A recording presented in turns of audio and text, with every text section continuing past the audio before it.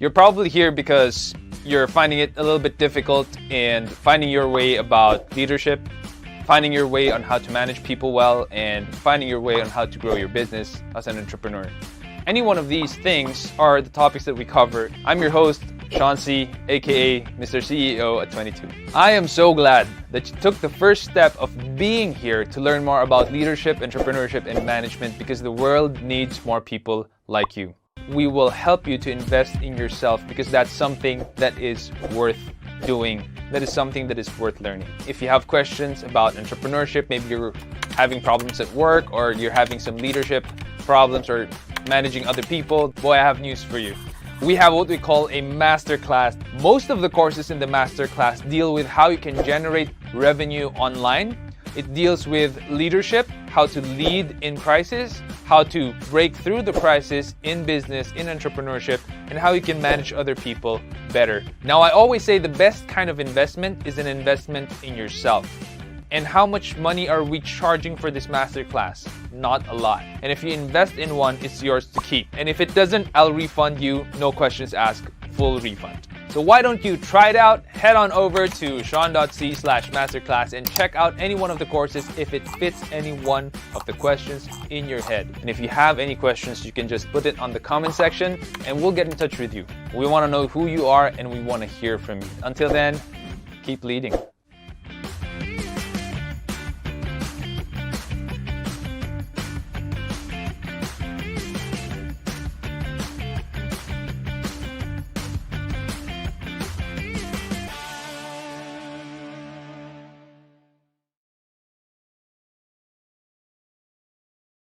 All right. Hey, good evening, everyone. It's another Thursday night, and we have our Leadership Stack Live. We are actually bringing it back to a weekly thing.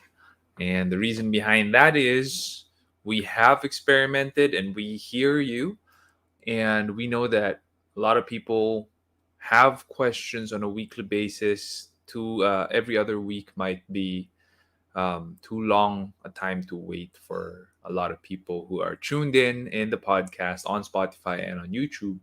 So we're bringing it back to every Thursday night. I hope that is good news for you guys. And if you missed any one of our episodes on Spotify, here's what's new. This week, we had 3 episodes published, and that's going to be from Jason Barnard and from Estonia Aquino, which is an AMA. So we have search engine results page, or SERP 101, building your brand. So for those of you who want to learn a little bit more about SEO, which is what I do for a living, we have an episode. We have actually 4 episodes with Mr. Jason Barnard already. So the first ones are about building.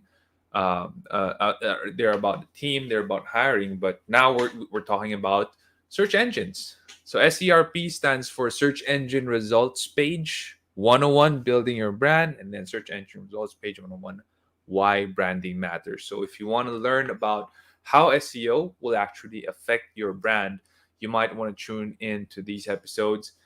They're just around 13 minutes and 11 minutes each. And the one with Miss Tony Aquino, we have, does your behavior affect your finances? There you go. So finance is still going to be one of the biggest things in our lives.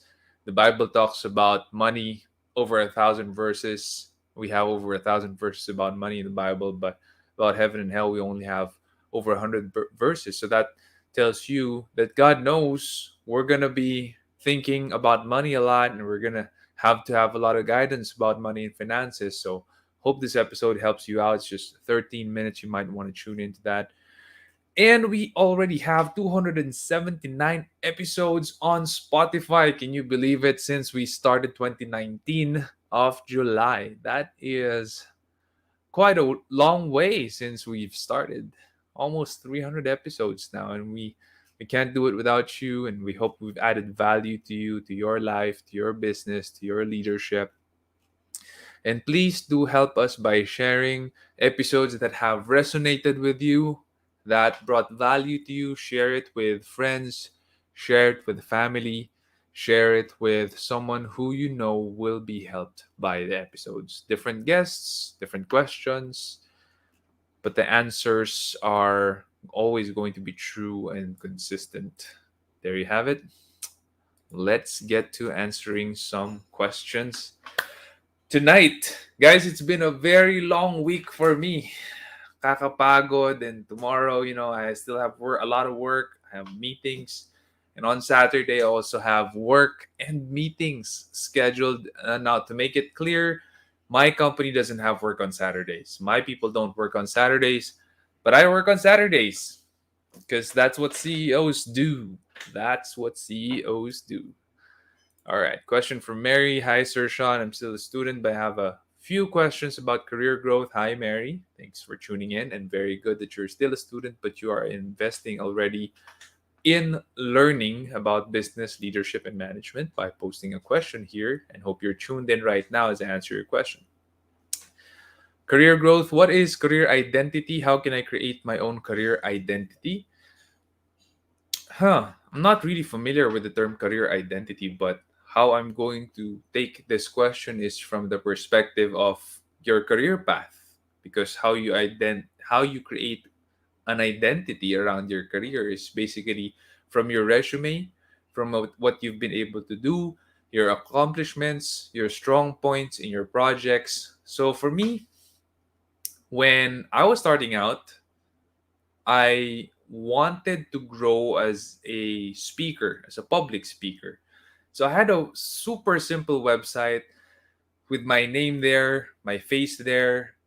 I think it was shansi.org, but I evolved that site over the years. So for those of you who remember my site when it was just a one pager, all it has was my name, my face, all the talks I've done, all the books I've read, and my certifications. That's it. Like it's like a LinkedIn page, but it's not LinkedIn. It's my own website. So that gave a lot of people an idea about how much I know and how much I've done as a person. So in terms of career identity, you would want to document that well. That's what I did when I was starting out. Do I still document my talks and the books I've read? My talks, yes, but not on what I spoke about, but I document all of the clients that I've spoken to. So if you go to my website, sean.c, you will be able to see there all of the clients that I've spoken to over the years. So this is my website now. It has evolved to this. Thank God I have a fantastic team who does really good design, photography, and they built the website. They did the logo for me. And here you could see the companies I founded. You could see my certifications, and you can see my clients. The clients that I've spoken to for their events, and they're all here, so I document that. And that, career identity is something that I think we have to do our due diligence with, and we have to document all of the things that we have done for X number of years that we've been doing things. So this is not me as CEO, this is me as a speaker.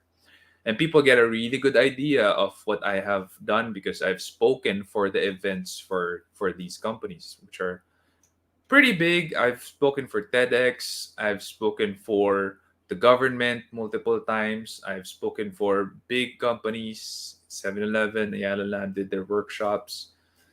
And yeah, a couple of seminars, webinars I have here. I've been featured in a lot of publications online. So I documented that. There are a lot of other publications that have featured me over the years that I wasn't able to document well and put here, but I just need to backtrack my emails. I'm sure I could figure it out, get it from there, and put it here if I wanted to. And then, of course, people who say things about my work, and I have testimonials from different people. Francis Kong also was very generous to give me his testimonial. The president of 7-Eleven Philippines also give a testimonial about me when I did their workshop. So, documenting what you've done throughout your career, that's what's going to be your career identity. That's my opinion, and that's my answer for that question. Hope that helps, Mary. And you have a second question here, and I'm gonna bring that up na rin. For people who are having career identity crisis and don't know what they want to do for their lives, what should they do? Career identity crisis, do first thing is you have to figure out like what you love doing.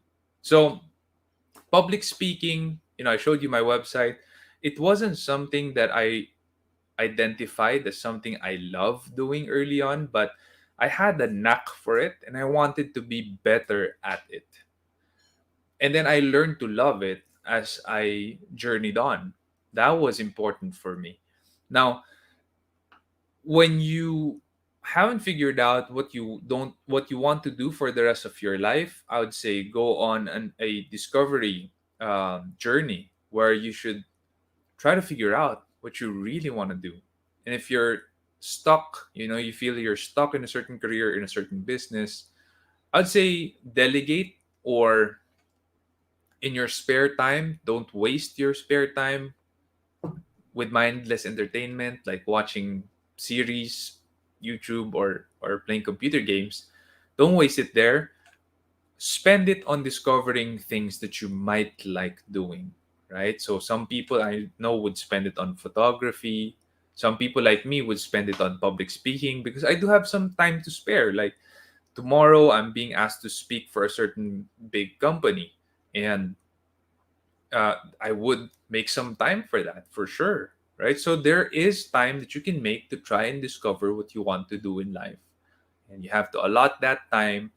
Discover it as early as possible, as early as you can, so that when the time comes that you figure out what you really want to do and it's making money for you, or you're able to generate some income out of it, then focus on it. Just that's exactly what I did, right? With SEO, I was able to make some money out of it. Then I focused on it, built it into a business, and right now it is what it is. We're a growing company, over 50 people, almost 70 big businesses we're partnered with here and abroad, and it's turned to be a really good opportunity for me. And it started out because I love writing, right? I have a love for writing, and I discovered that early on in school. Now, not a lot of people would discover what they love early on in school, but that's not the point. The point is go ahead and try a lot of things in your spare time. Don't waste your spare time. Don't waste it on mindless entertainment. Hope that helps. Next question. What's your advice to people who are having a hard time finding what they want to do in life? Well, going on a discovery journey is one. Another would be surround yourself with people who are doing something you might wanna do, if that makes sense. So, for example, if I figured I wanted to try out public speaking, I would surround myself with other public speakers. I would go to people who are like Jason Law, Marvin Guillermo, Francis Kong, and just spend some time with them, attend their events, talk with them, tell them that you have a vision for yourself, ask them questions. Then you get a better picture of what you want to do and if this is really for you, if public speaking is really for you. Or join a club, Toastmasters Club. Just a disclaimer, I've never joined that, but I hear a lot of good things about it. You might want to join that club so that you will be able to figure out better if that's something you want to do, and they would be able to actually influence you and ignite passion for you. So yeah, that's gonna be my advice to people who wanna realize what they want to do in life. Next question. How do I decide on what career I should take?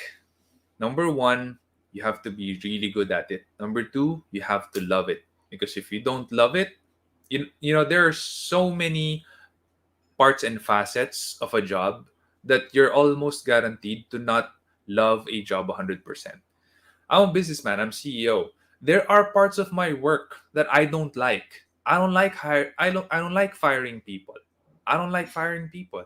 I don't like confronting people when they gossip and when they slander a team member in the team, or when they slander me outside of the company, right? I don't like confronting those people. That sucks. I don't like having to file cases against people who, for example, steal from the company, or who, like, did something very wrong, or you abused something in the company or someone in the company. I don't like doing those things, but I have to do that, right? Otherwise, how are my team members going to see me as CEO? I don't like doing all the contracts and legal stuff. I'm not a lawyer. I'm not that great, right, with lawyer speak. So there are a lot of facets in my work that I don't love doing. When you're deciding on a career, you have to love what you do, because not every facet of it is going to be something you're gonna like or you're gonna love when it grows. I used to love writing. I used to love SEO. I love doing that. But it grew. I became CEO. I had more and more people coming in. I had to evolve and change and improve myself. And parts of the work that I had to do are work that I don't really love doing. So you gotta love what you do at the get go. Otherwise, you're gonna lose more and more love as you go along the way, as things grow for you. And it might turn out to be, if you don't love at least 50% of what you do, you're gonna get burned out easy. That's the thing. So yeah, you gotta love it, and you gotta be good at it. That for me is very, very important. Of course, you pray about it, you ask advice from your parents, you ask advice from your spiritual mentor. That is important. I think that having a career or a job is okay, but having a calling is way better. Really trying to answer the call of God in your life and being in the center of His will. I think that's very, very important. Next question. I think that there might be a point in my life that I will feel that I'm running out of time when it comes to my career. What should I do when that happens? I think that may be a good sign that you should do something else. I mean, if you feel, a lot of entrepreneurs in my circle would tell me that they never plan to resign because they love what they do. Now, I know that they don't love like 100% of what they do, because, like me, they don't love firing people. They don't love doing legal speak stuff, right? But generally, they love what they do. Just like me, I love what I do. I love my work. I love leading my people. I love SEO. I love closing deals. I love networking. So I think that when you feel like, you're running out of time, I feel like you don't love what you do, and you still have to look for that work that would really fire you up, gets you out of bed in the morning on Monday mornings. I think that's something worth trying to find out.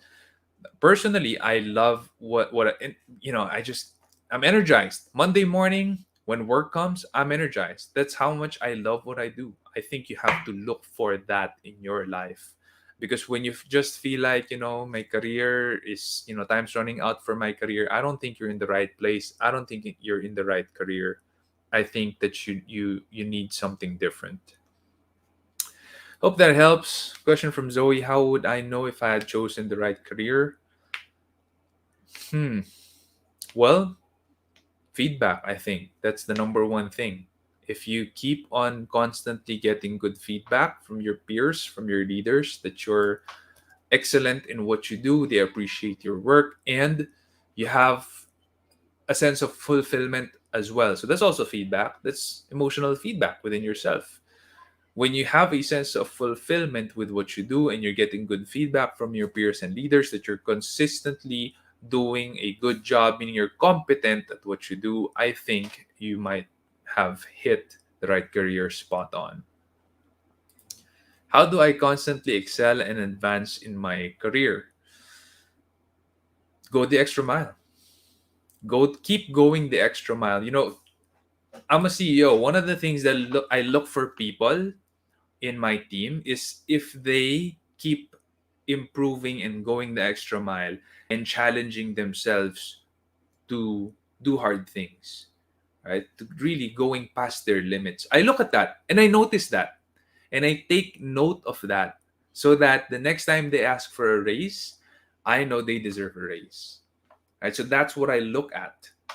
Among other things, there are other things I look at, but that's so evident. You cannot miss someone who works so hard and goes the extra mile for you, for the rest of their teammates, and for the clients. You can't miss that. And if you want to excel and advance in your career, working hard, going the extra mile, there's no better way. I think that's the best way to do it. What are the things that I need for me to be successful? Number one is put God in the center. Success is elusive. There are successful people who are also miserable. And what could be sadder than that? Successful ka na nga, you have all the money in the world, you have all the stuffs that you may want in the world, and yet you're miserable. I don't think there's anything sadder than that. And successful and miserable people, I noticed that they don't have God in the center of their lives. They live life the way they exactly want to live it. For them, they're their own God, they're their own king, they're their own Lord. I do what I want, I follow my own carnal desires. There's no life after this. This is the here and now. I live only for today. There's no spiritual world, nothing. There's no eternity. But I would like for more successful people to be fulfilled than miserable. And successful and fulfilled people, I noticed that they have God at the center of their lives. That is something that's so important to them. Success for them is about being in the center of God's will. They're generous. Their kids respect them. Their wife respects them and serves them and submits to them. For them, life is about the eternal. Whatever you do here affects my eternity. And you could see that these people are successful and fulfilled. They have an inherent source of joy and happiness that can't be taken away from them. What use is being successful if you end up miserable? That is something that I always speak about with whenever I'm asked to talk about my being a young CEO. There's two kinds of successful people: successful and miserable, successful and fulfilled. Which one would you rather be? And the difference is one has God in the center, the other one has himself or herself in the center. Other than that, success is also relative. So, what success means for you may not be the same as what it means for me. For me, success is a state of contentment where I'm not in a state of want. I don't really want more. I'm contented, I'm fulfilled, I'm happy where I am. That for me is the definition of success. Now, for some people, the definition of success is I want to have 1 billion pesos. I want to have $1 billion. Those they're different definitions for success. Now, it would depend on what your definition is.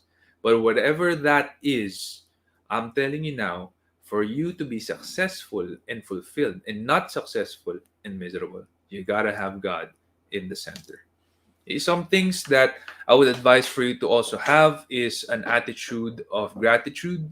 Be thankful for what you have every day, whatever level you're in. You see, there were days when I wasn't like this. I would eat skyflakes for breakfast, lunch, and dinner. That's how poor I was. I was kicked out of the house. I failed 28 units in school. My life looked very bleak and disastrous. The future looked like it was gonna be really bad for me.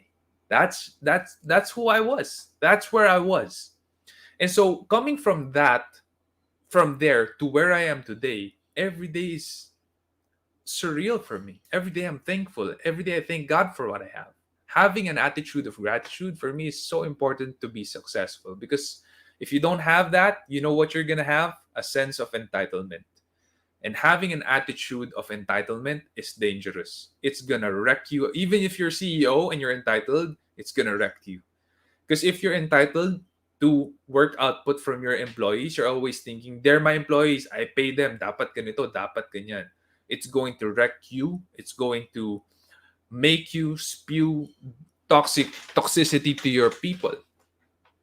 Having a sense of entitlement doesn't serve anyone. Whether you're employee, your mid-level manager, your CEO, it doesn't serve anyone. So an attitude of gratitude is critical. Another one would be an attitude of being an eternal, a perspective, sorry, of being an eternal student. If you're an eternal student, you want to keep learning. You're always hungry to learn, hungry to learn from mentors, hungry to learn from podcasts, from books. For those of you tuned in here, congratulations. That's one of the ways that you're going to be able to learn and grow and be more successful, because you want to learn from people who know more than you in a certain area. Having that kind of attitude where you just want to keep learning, learning, learning is a hallmark of successful people. I have yet to find someone successful who doesn't like learning, where they're stagnant and okay na, chill na, relax na ako. I have yet to find someone successful who's like that. Next is having a sense of where you are in life. And that is humility. Nasaan ba talaga ako in my life? Okay? Being humble. Humble enough. And being humble is a requirement for you to learn. If you're not humble, you're not going to want to learn anything more. Why is humility so important to be successful? Because that gives you a sense that you don't know everything. And that gives you a sense that you can't do everything. Kung mayabang ka, wala kang humility, you're gonna think, I don't need people in my life. I don't need a team. But here's the reality. You do need a team. You want to be successful? You do need a team. I'm not good in everything. I'm horrible in some things. I'm horrible when it comes to design. I'm horrible when it comes to inspiring and encouraging people.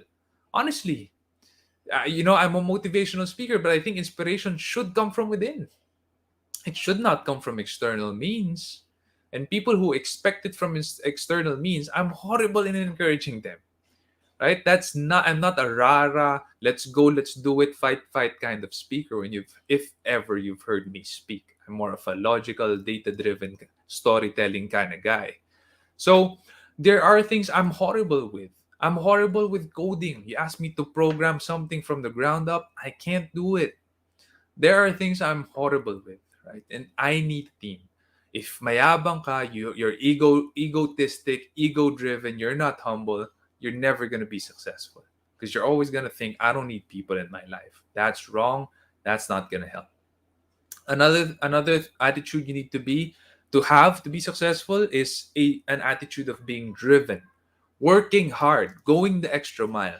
When I was starting out, I'd work 16-hour days, 6 to 7 days a week. That's how hard I worked. And a lot of people would tell you, no, you don't need to work hard, just work smart. I'm telling you now, a lot of people today work smart. Eh, nandyan si Google eh. A lot of people today work smart. But they're getting nowhere because they don't work hard. You gotta work hard as well. And if you work harder, then you're going to go farther and be more successful. If you're not willing to work hard, I'm sorry to say, you're not gonna achieve your relative vision of success. So I hope that helps. Those are some guidelines and fundamentals that I gave your way. And if you'd follow them, then you're on your way to success. How can I say that I'm now successful? I can't really tell you that. Again, for me, success is relative. Could be 1,000,000 pesos for you, 1,000,000,000 pesos for you. For me, it's a state of contentment. Contented ka na with what you got. You don't want anything more. That for me is success. So I'm not sure what your definition of success is. Only you can define and answer this question for yourself. When I already got the success, what are things or actions am I going to do next? When you have achieved your definition of success, what's next is growth. There's always growth. The moment you stop growing is the day you start dying. John Maxwell likes to say that a lot of people who don't pursue growth are already dead. They just don't know it yet. So, you don't want to be dead without knowing, right? You want to keep growing. Just like how a tree would keep growing until the day it dies. It may not keep growing vertically, but it would keep producing fruit. So there's still growth within the tree. And the moment it stops growing is the day it dies. We should be the same, especially as entrepreneurs, especially if after you achieved your relative definition of success, you should still keep on growing. And what does growth mean? What does that look like? For me, it's reading books, listening to podcasts, and asking questions from my mentors, spiritual mentor, business mentor. Um, when it comes to, there's so many mentors, I have so many mentors in life. When it comes to doing business and living life, I'm still a newbie. I'm still in my I still don't know everything. There's so many things that I'm an idiot in, and I still need help from a lot of people who have gone the way, and I get so much wisdom from them.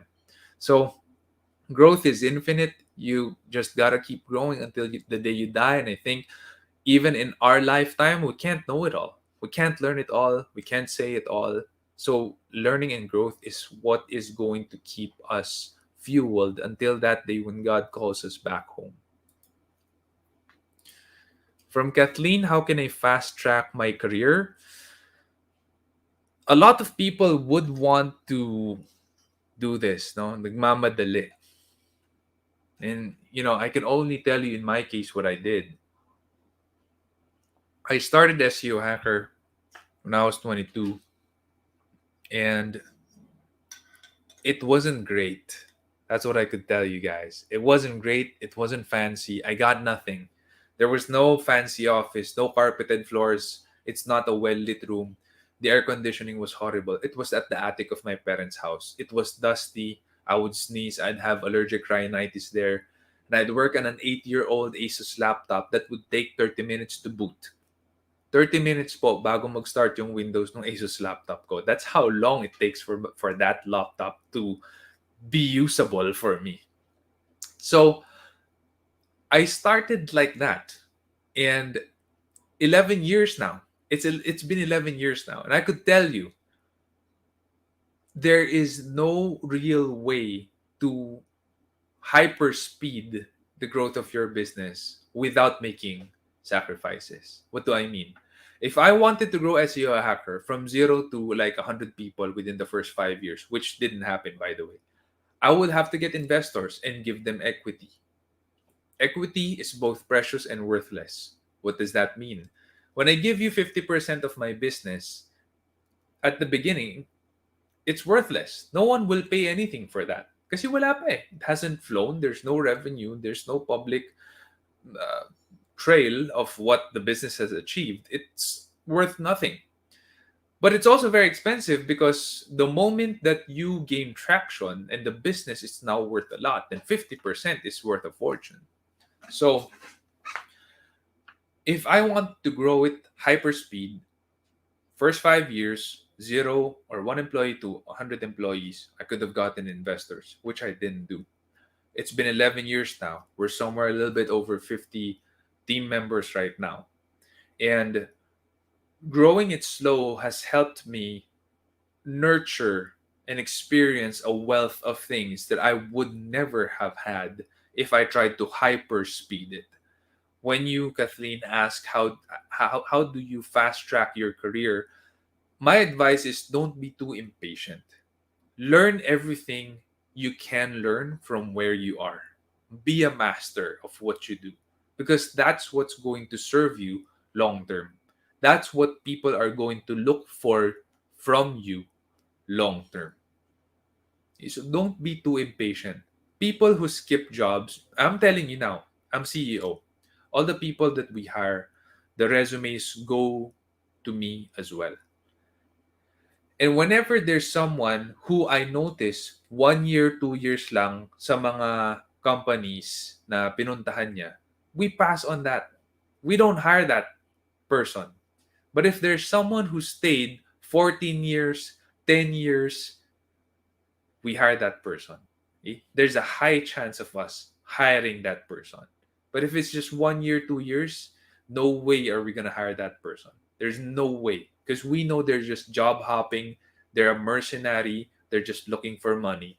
They want to fast track their income. So my advice would be don't try to do that. Be patient. Learn everything you can.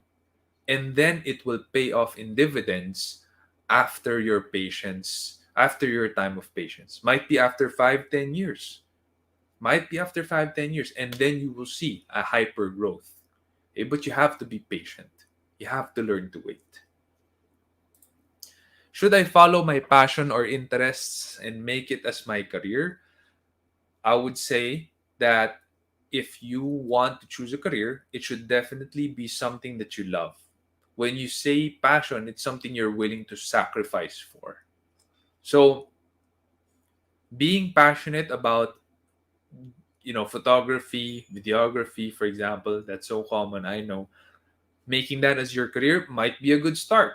If you're good at it, great. If you're not so good at it, you might want to try discover something else, because that's a very competitive market already.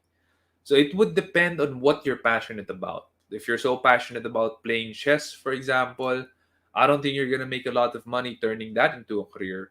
So unless you're the number one in the world or the grandmaster, and even then, I don't know how much money they make as well, then I'm not sure if you could make it a career. But if you're so passionate about, for example,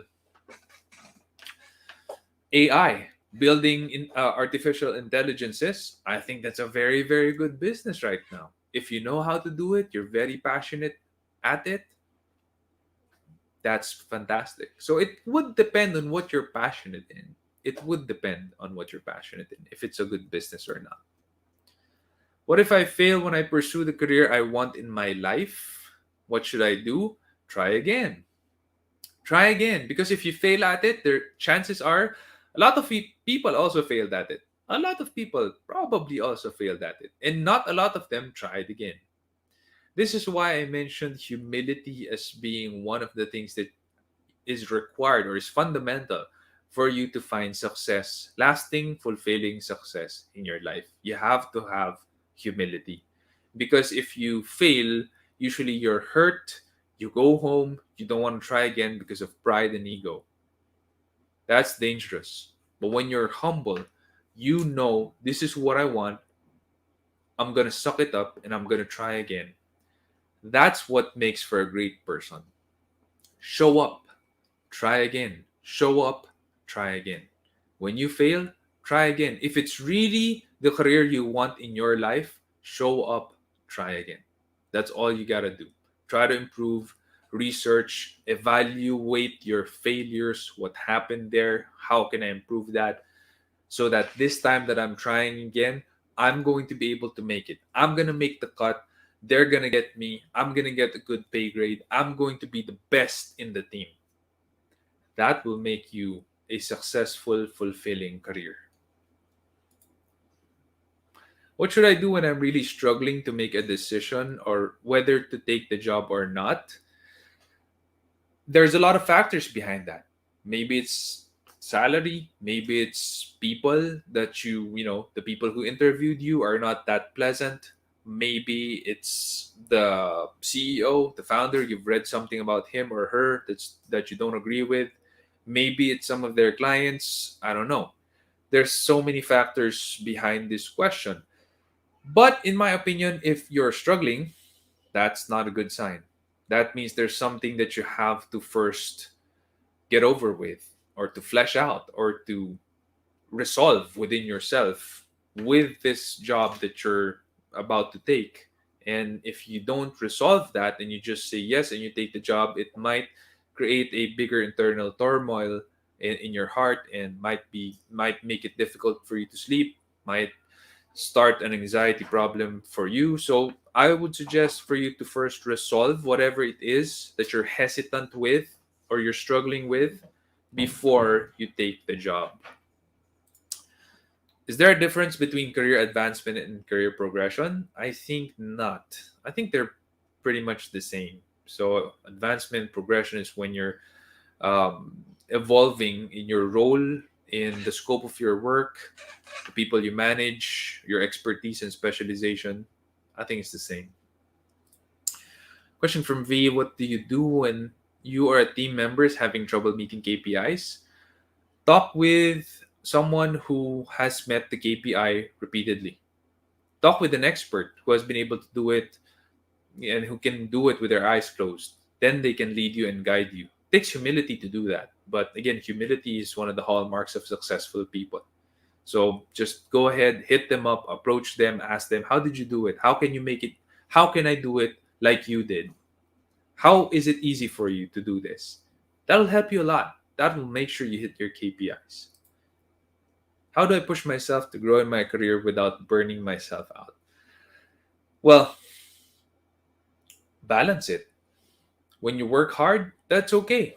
But make sure you also get some rest for yourself so that you can refresh your soul. I work hard. Heck, I'm working now. Even if it's a long, long week already for me, right? And tomorrow I have meetings, Saturday I have meetings. I know this week is grisly for me. It's grisly. It's a hard week for me already. And yet I'm here. I show up in Leadership Stack Live. But I also know that after this, I'm going to be able to rest and rewind. And I rest and rewind the way I want to. So it's just a balance. You can also rest and rewind for a prolonged amount of time because that's going to also suck if you're the productive type and you're the responsible type, which I believe, or I'd like to believe myself to be. Yeah, so it's just balancing yourself out. How do you identify the career goals that are achievable? Well, just like how I would never be an NBA player because I'm just 5'8". You have to know things that you can achieve, which are what things are out of your reach, what things are physically, mentally out of your reach, they're out of your ball game, and which ones you could do. I think that this is a question that only you could really answer for yourself, right? There's gonna be a shopping list of things for you to say, ito yung mga kaya kong gawin, ito yung mga tingin ko hindi ko kayang gawin. And once you got that list going on for you, then it's gonna be clearer for you which things you can achieve or not. How do you deal with team members whose growth are outpacing the company's growth? I have yet to find a team member like this, but I would love to have a team member like this. I would love to have someone like this because they're gonna be able to evolve the company and grow the company with them into better, higher, better heights. That is important. Having team members like this is critical. And usually, when you have team members like this, it's easy to find them out. They stand out but sadly I don't know, it's super rare, far and few in between. In fact, I don't remember that there's someone like this in the company. I would love to have people like this, to be honest. Someone whose growth outpaces the company's growth. That just means that the person is so invested in growth, reading books, listening to podcasts, talking with mentors, applying all of the things that she or he learned in his or her job, and sharing it with people in the team. That's going to be a fantastic team player. I would love to have someone like that. But in the 11 years and more than hundreds of people who have come and gone my team, I've never found one yet. Not yet. It's rare, they're far and few in between. But if you find someone like that, they're gold, keep them, do everything you can to keep them. And this assumes that their attitude is in the right place. Because usually people who are performers, their attitude problems. But if the attitude is correct, they're humble, they're hungry, they're smart, they're people smart, they empathize, may malasakit sa team, do everything you can to keep them. How do you help your team? Oh my gosh, biglang daming shout out. Sorry for that. Before I get to this question, let's go through the shout outs first. Hello there. Hey, Ron. How are you? Thanks again for tuning in. From Robert. Oh, you got a question. I'm going to go back to that, but thanks for tuning in, Don. Fave Thursday have it. Hey, Patrick. Thanks for tuning in again. Nino, hi, Sean and team. Thanks for being here, Nino. Love the new haircut. I cut my hair ever since the pandemic. I just turn the razor on and shave it off. That's what I do.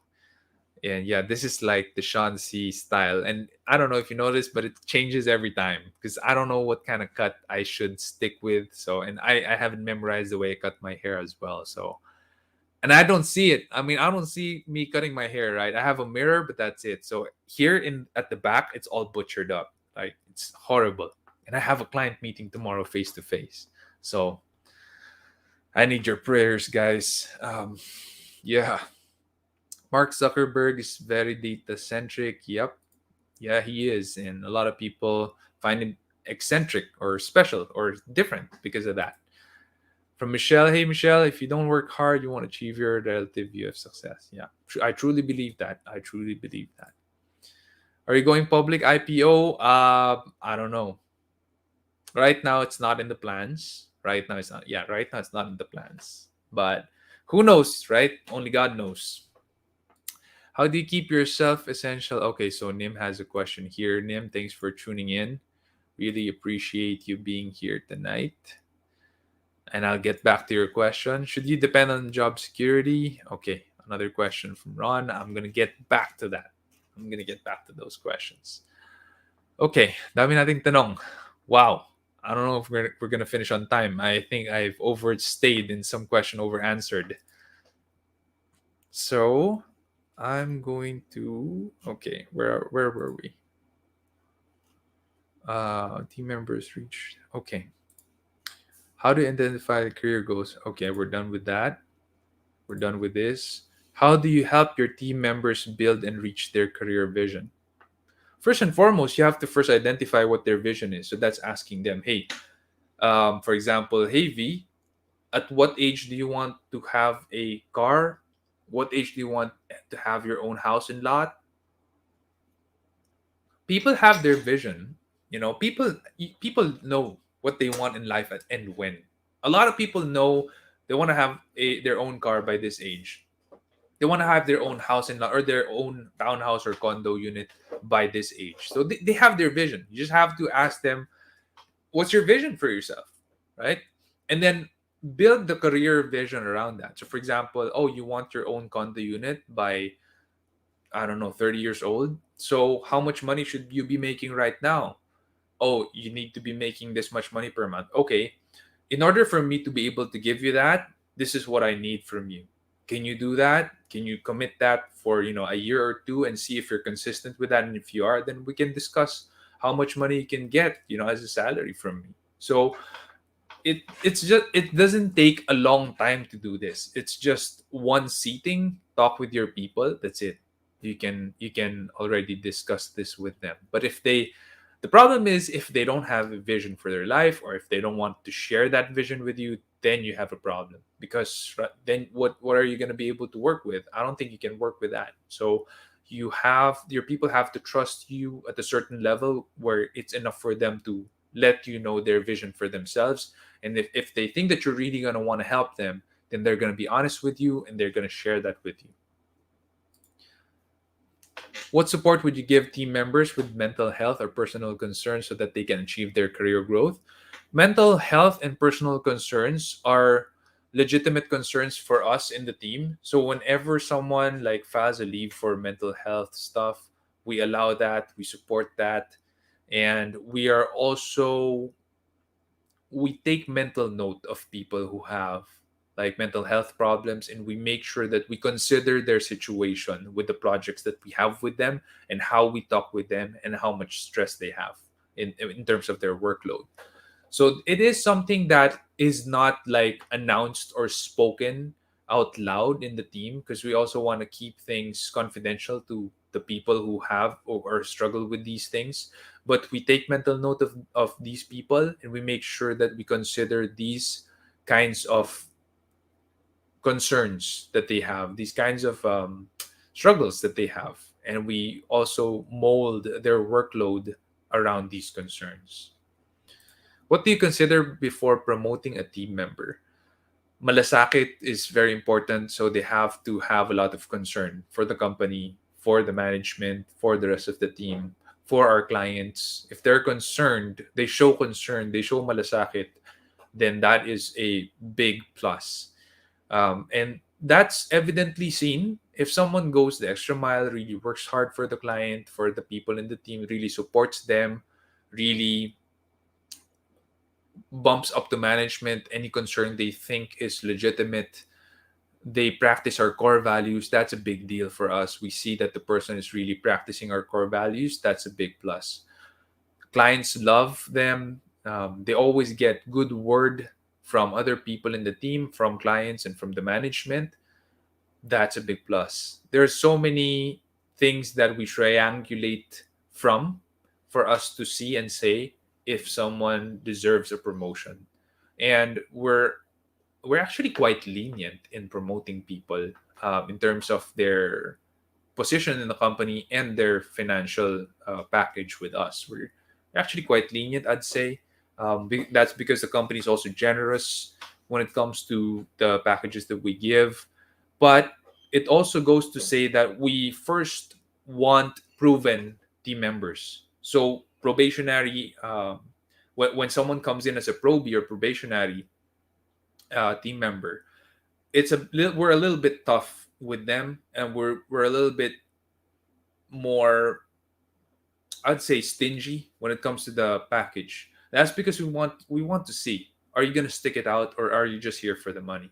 So we don't like mercenaries in the team. We don't like gold diggers in the team. We don't like people who are just in for the money. We want people who really want to work in SEO Hacker.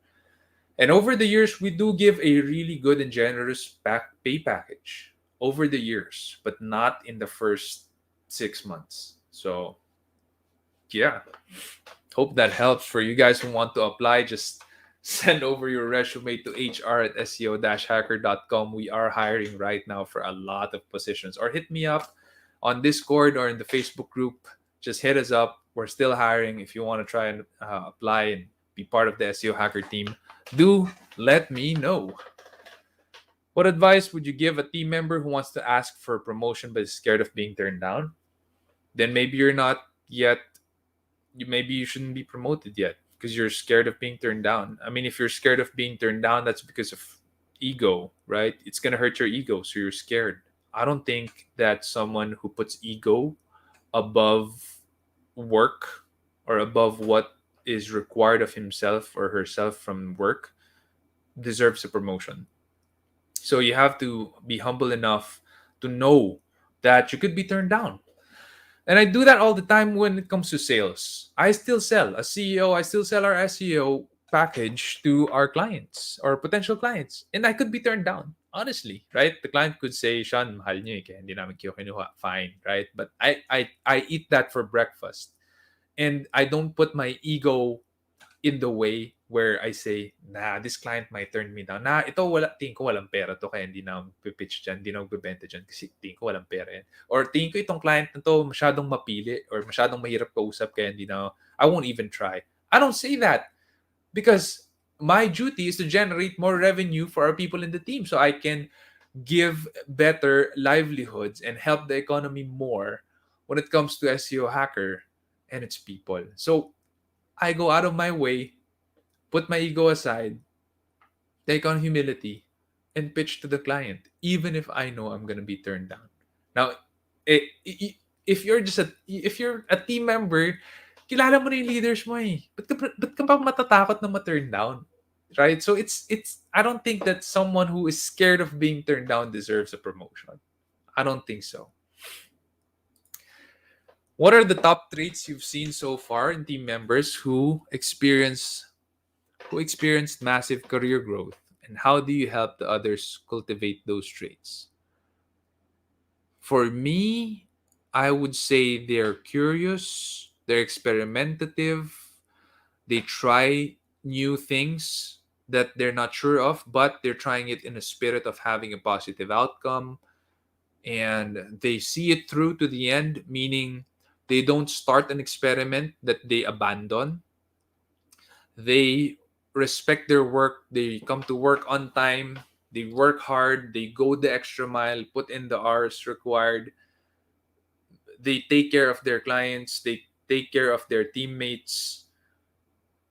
There's so many things that is fundamental to someone who will experience massive career growth, because before we promote someone or before we put someone in a leadership position, that's very important, and also give that person a very good financial package. There's so many things that we check that is fundamental. How do you help the others cultivate those traits? Our core values is critical. We also communicate to people in the team what we think is important for them. We tell them straight. These are the things that are important for you to get a promotion. This is what we look at. So we have what we call reverse annual evaluation, and we have guidelines on that they can read and that they can try to hit. And when they hit it, then they get promoted financially, and they can also get promoted in terms of their position in the team. Okay, we got a lot more questions actually. All right, from Leah. Hi, took up multimedia arts, graduated last 2018. Congratulations. Moved to US, and after that, I'm currently working as a cashier here. I'm trying so hard to look for a job as a graphic designer because that's where my passion is. However, no one's reaching out. Is it time for me to give up that route and start to change careers?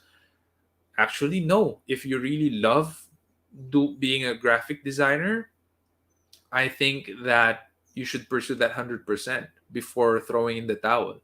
There's so many companies right now that would hire graphic designers. So maybe you're just reaching out to the wrong companies. Reach out to digital marketing companies, honestly, like SEO Hacker. But we don't hire from the US right now because of the time difference. Right? So we like most of our clients are here from the Philippines, so we operate only Philippine time. That's why we don't hire from the US kasi baliktad yung oras.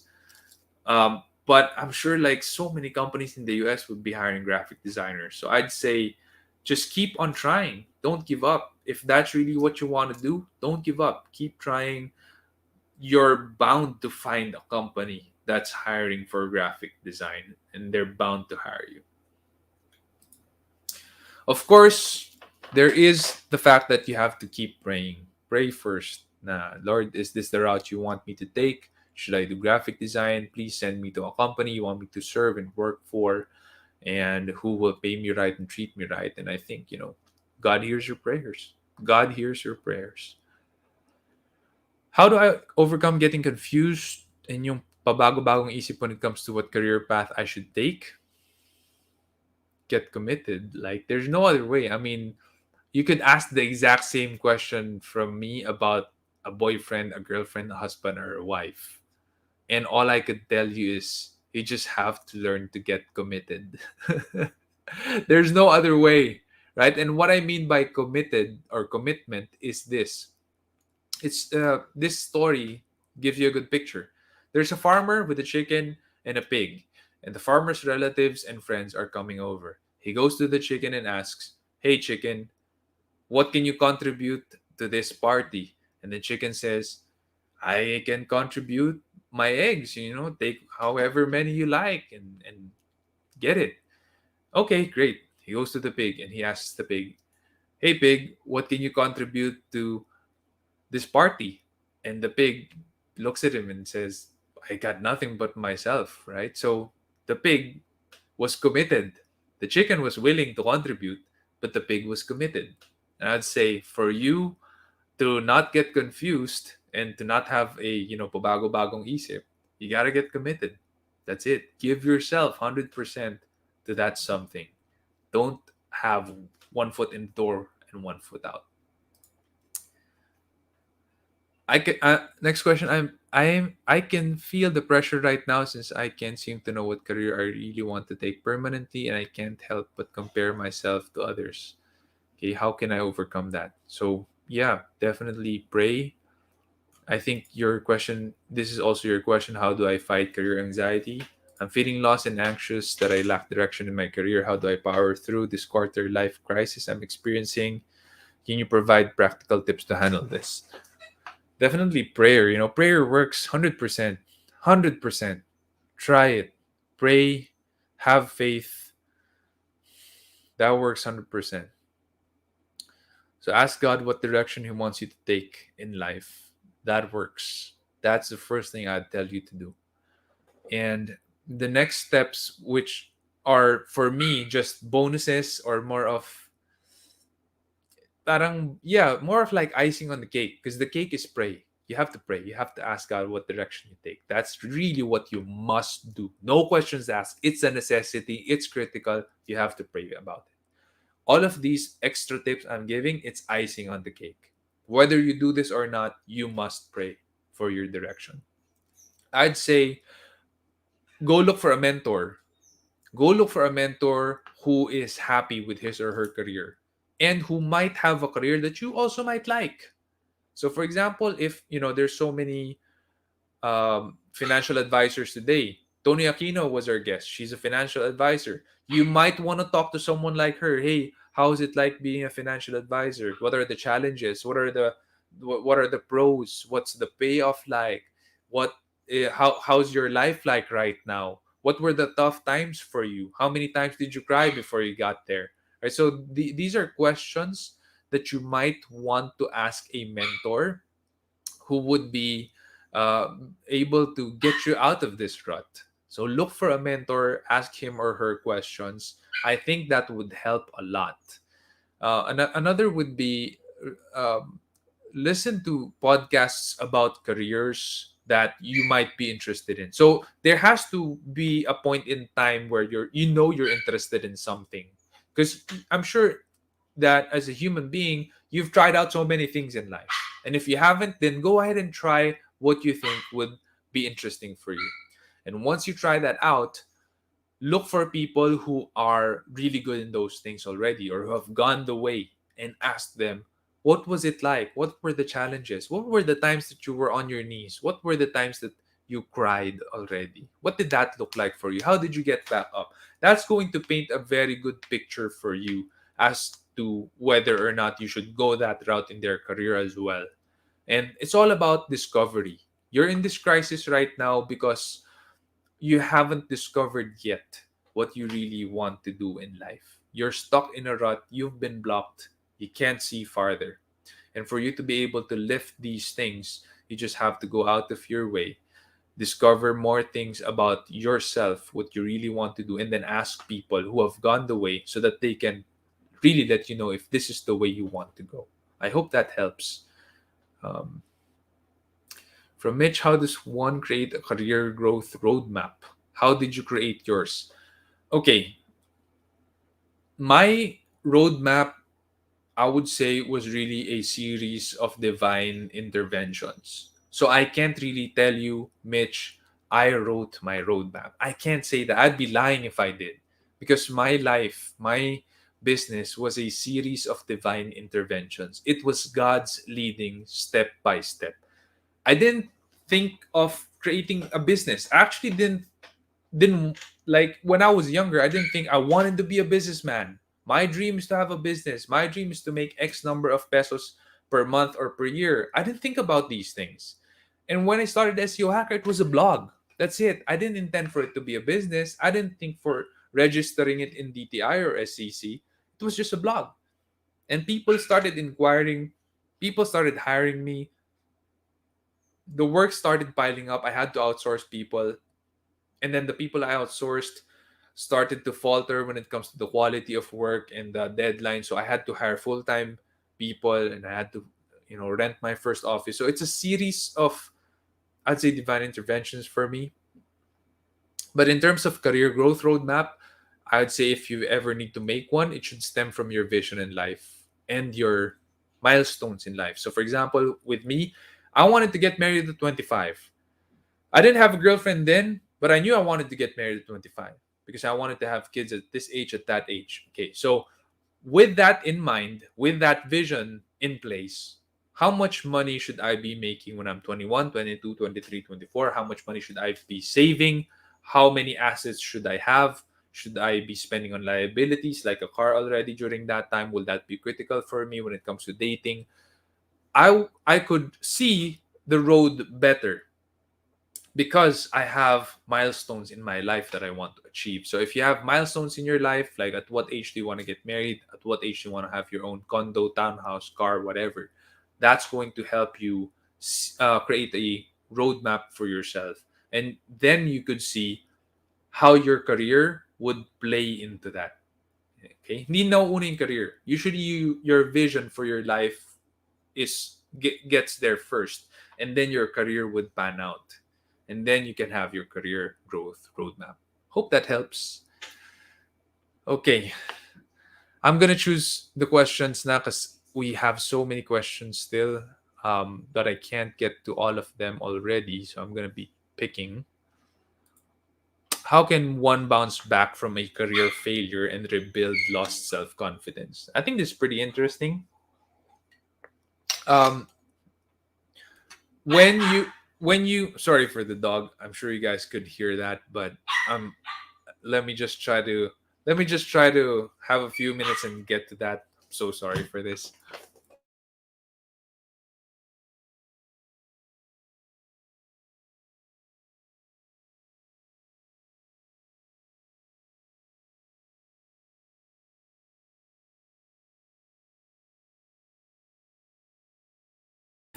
All right.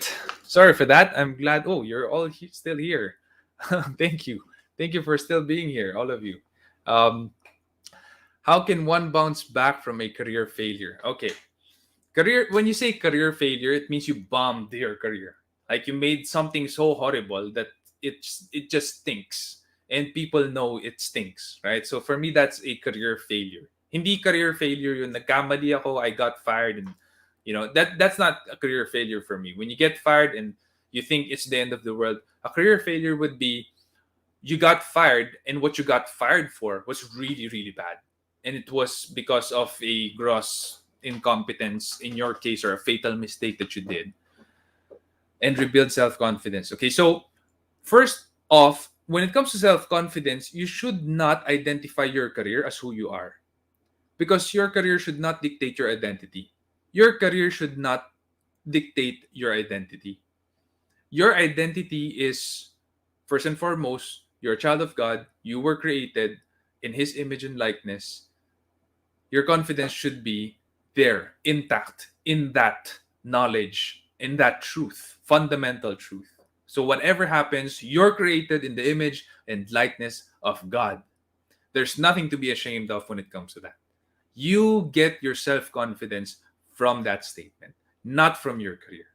Okay, so you cannot, if you believe that, you cannot lose self-confidence just because of career. Okay, but how you you bounce back from career failure? Number one, you evaluate the experience. What happened there? How did I fail so badly? How did I bomb that? How can I have done things differently? Write that in paper, journal it, remember it, evaluate that experience, learn from it, and then consume resources, books, podcasts, mentors. I cannot stress this enough. Consume resources that would help you to grow where you've failed before. Try to turn it into a non weakness. Now that you're aware of it, now that you're aware you've failed there, turn it into a non weakness. Once you've been able to do that, try again. Try again. You might want to try a different industry, same job, different industry. That's fine, but try again. If you have bombed something so bad, the chances of you repeating that is extremely low. The chances of you learning from that is extremely high. I know I've failed so many times in my life. I've failed so many times. And that's what made me stronger. That's actually what makes me a good CEO today. Question from Don. Finally, we're able to get to you, Don. I know this is cliche, but how do you measure or recognize success? It's relative to someone what success is like. So for me, for me, ito lang. Pag nakakita ko ng tao who's genuinely happy in his or her life, it doesn't matter if they own a car or not, if they own property or not, if they have stock investments or not. If I meet someone who's genuinely happy and contented in his or her life, I'd say that person is successful. Honestly, I would say successful yan. Right? Because my definition of success is a state of contentment, of fulfillment, not wanting anything more. That's my definition. So for me, that's how I measure and recognize success. Okay. Question from Ron. If I love money, does this mean any work that gives me money is considered love for that work? Well, Ron, first of all, I have to share with you that the Bible says the love of money is the root of all kinds of evil. So you have to be careful with that. Does this mean any work? Well, If you love money and you win the lottery, then you don't have to work. So you will not really love the work because there would be other means for you to obtain money if you really love money. But I would say if your work is paying you heaps and bounds of money, then you'd probably love your work because you love money. But if it's not paying you enough money in your head, it's not enough, then I don't think you'd love that work even if it pays you money. Hope that makes sense. Okay, looking for more questions. We got a new one from Kelvin. Hey, Kelvin, thanks for tuning in. I'm sir. I'm just curious as a businessman and as a leader yourself, what are the qualities that you look for in a presidential candidate? You know what? It's not a long list. Because if the presidential candidate really loves our country and countrymen and fears God, it would be the perfect president, honestly. Loves our country, really loves our country and our countrymen, and he or she fears God, that's the perfect president, right? It's not a long list of things. You know, in someone approached Jesus in the Bible and asked him, "Teacher, out of the X number of laws that we have," and they had a lot of laws, right? The Jewish religion had like hundreds of laws. He asked Jesus, What's the most important one?" And Jesus told him two things: love the Lord your God with all your heart, soul, mind, and strength, and love your neighbor as yourself. That's it.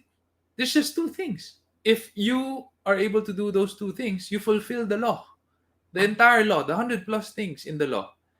And I'll say, for the next presidential candidate, if they love our country, really love our countrymen, and they fear God, that's the perfect candidate. Hope that answers your question. Okay. Should depend on job security or work as long as I've been a company. Okay. That's not a question. From Nim, how do you keep yourself essential to your company or to your organization? All right. It's like, how do you make yourself indispensable? That's essentially what you're asking me. And the answer to that is, someone who's indispensable is someone who is reliable. If the company relies on you for a lot of stuff, you make yourself indispensable. No one else can actually make yourself indispensable. No one else in the company can make you indispensable. Only you yourself can make you indispensable.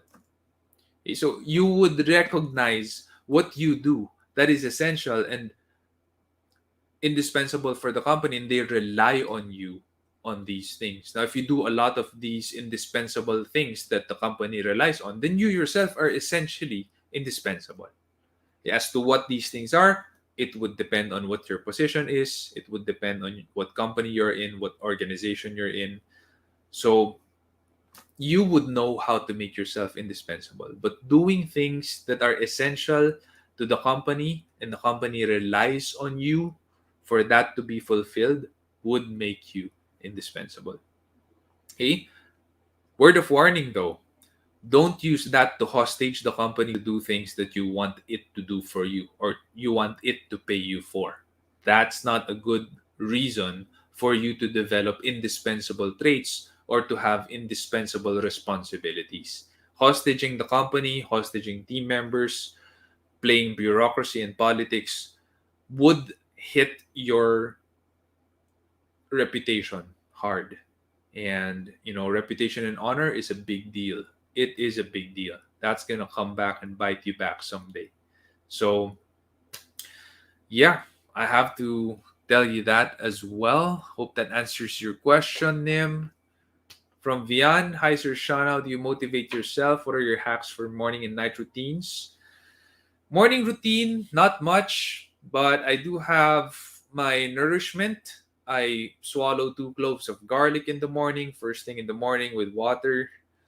I drink kombucha or eat yogurt for my probiotics, and then I drink vegetable juice. That's my breakfast. That helps me to have a healthy um, nutrition in the morning, and then I go straight to work. Usually at night is when I exercise. That's when I go cycling in my indoor cycling bike, or I go out to ride my mountain bike outside.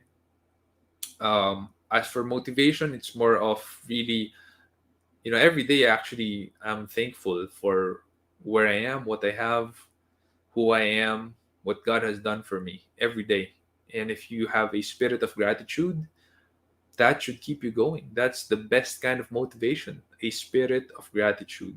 Be thankful for what you have, where you are, who you are, what you're blessed with.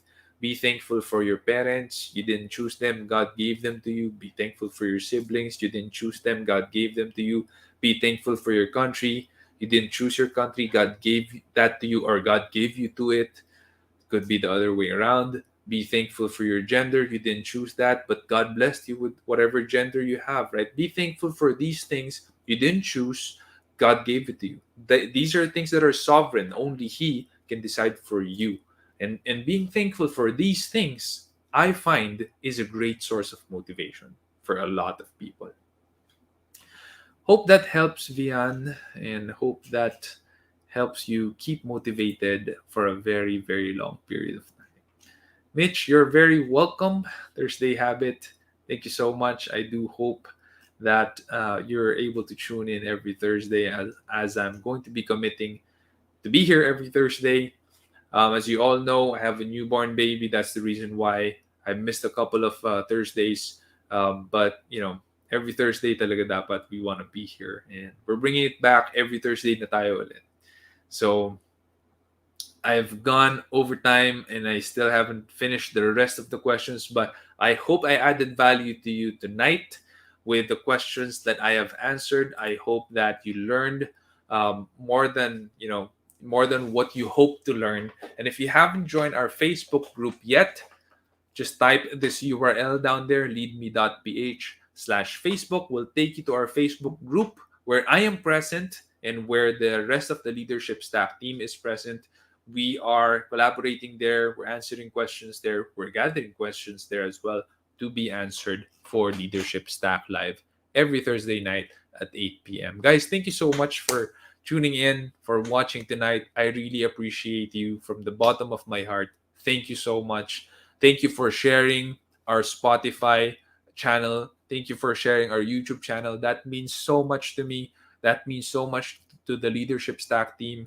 This is a work of love and passion. We don't make anything from this, but we are hoping for a better Philippines, for a Philippines with better leaders, better managers, stronger entrepreneurs. That's what we're hoping for. That is the vision. And we sincerely, direly need better leaders in our country. And this is how we're trying to help with that. So any share that you do, any engagement that you do, any questions you pop in here, that helps a lot. Thank you so much, and God bless you, and God bless the rest of your week. Bye bye.